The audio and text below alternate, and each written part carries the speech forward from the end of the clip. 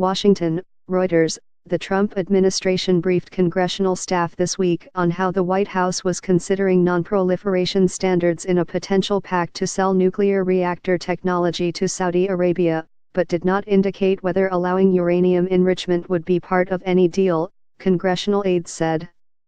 Non-proliferation advocates worry that allowing Saudi Arabia to enrich fuel in a nuclear power deal could also enable it to one day covertly produce fissile material and set off an arms race with arch rival Iran that could spread more broadly throughout the Middle East.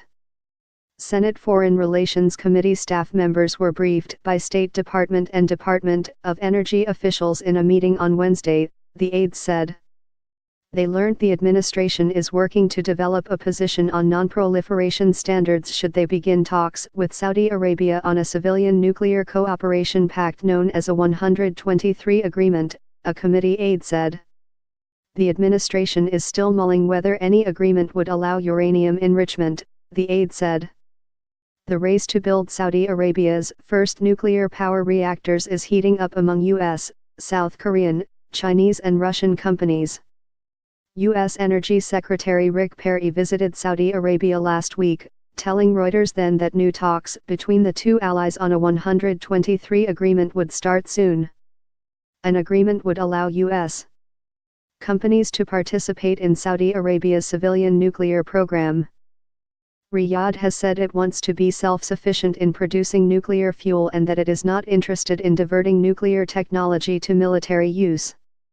In previous talks, Saudi Arabia has refused to sign an agreement with Washington that would deprive it of enriching uranium. Uranium fuel for reactors is enriched to only about 5%, lower than the 90% level for fissile material in nuclear bombs. Frustration. Some senators with proliferation concerns worry the administration is moving too quickly on talks about nuclear plants and enrichment with Saudi without consulting Congress. As required by a 2008 law, the President is required to keep the committees in the House and Senate that deal with foreign relations fully and currently informed on any initiative and talks relating to new or amended 123 agreements. We're frustrated by the lack of briefings and having to yet again learn about potential foreign policy developments from the press, a congressional aide said. A day before the Senate briefing, a report by Bloomberg citing sources said that the administration may allow uranium enrichment as part of an agreement. The congressional aide said there are concerns that plans for an agreement are only being conducted by a small number of people controlled by the White House. It also appears that this is policy being driven out of the White House, which makes congressional oversight that much harder, said the aide. If lawmakers oppose a civilian nuclear deal signed by the president, they can try to fight it with legislation or other measures.